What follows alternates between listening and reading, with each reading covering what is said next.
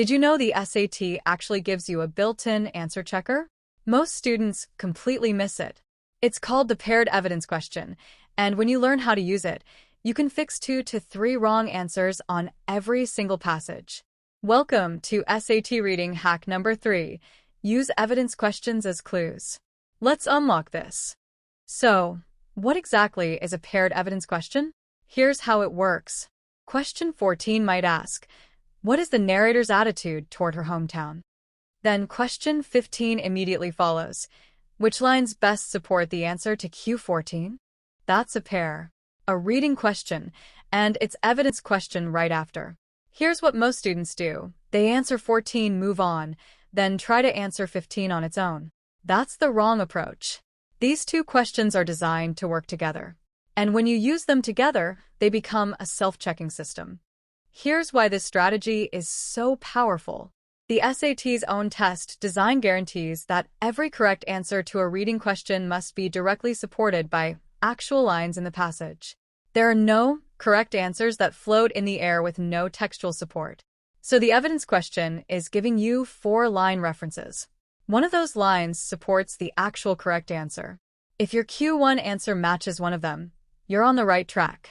If none of the 4 lines support your Q1 answer, that's the SAT telling you that you picked the wrong answer.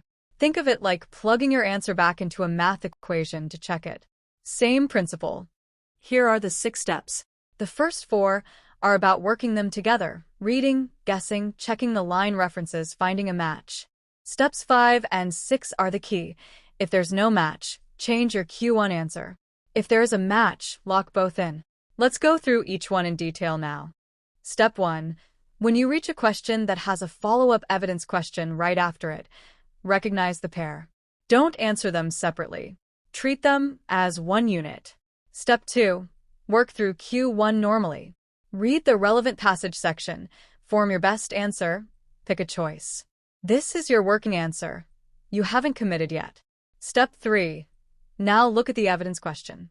It gives you 4 answer choices. Each one is a line range from the passage, like lines 4 to 6, lines 18 to 21, and so on. Read all 4 of those line ranges in the passage before you decide anything. Step 4.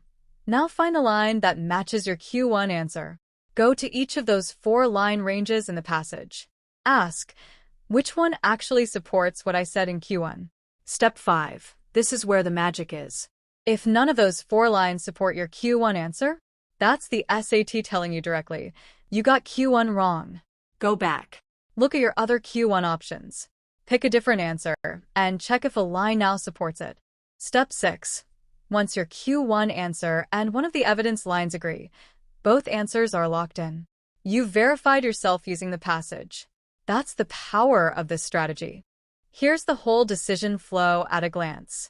Answer Q1. Read the 4 evidence line references. Then ask, does any line support my Q1 answer? If yes, lock in both answers. Done. If no, go back to Q1. Pick a different answer. Try again. The key thing to remember, this is not guesswork. If the correct answer exists, one of those 4 evidence lines must support it. That's a guarantee. The SAT built this in. You're just using it. Let's run through the actual example. Q14. What is the narrator's attitude toward her hometown? The student picks a nostalgic. Sounds reasonable. Q15. Which lines best support the answer to Q14? Now the student reads the 4 evidence choices. Lines 8 to 10 mention overwhelming feelings. Lines 22 to 24 say, she was eager to leave. Lines 38 to 40 describe irritation.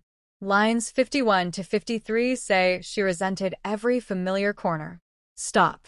None of those show nostalgia. 0.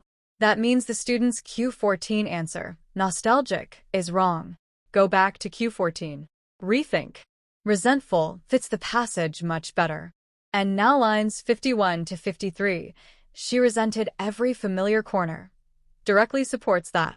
Both answers confirmed. Locked in. That's the strategy, working exactly as designed. Pro tip: this single strategy, using paired evidence questions as a self-check, can fix 2 to 3 wrong answers per passage. That's 5 passages per section, so potentially 10 extra correct answers on one test. Quick recap. Spot the pair and work them together. Answer Q1 first. Read all 4 evidence line references. Find which line supports your answer. If none match, change your Q1 answer. Once they match, lock both in. That's hack number 3. That's reading hack number 3. Use evidence questions as clues. Spot the pair. Guess Q1. Check all 4 line references. Find the match. If there's no match, change Q1. Lock them in together. If this helped you catch a wrong answer in practice, drop a comment and tell me. I love hearing those moments. Hit like, subscribe for Hack 4, where I show you how to solve vocabulary and context questions using nothing but substitution. Let's keep building that score. See you in the next one.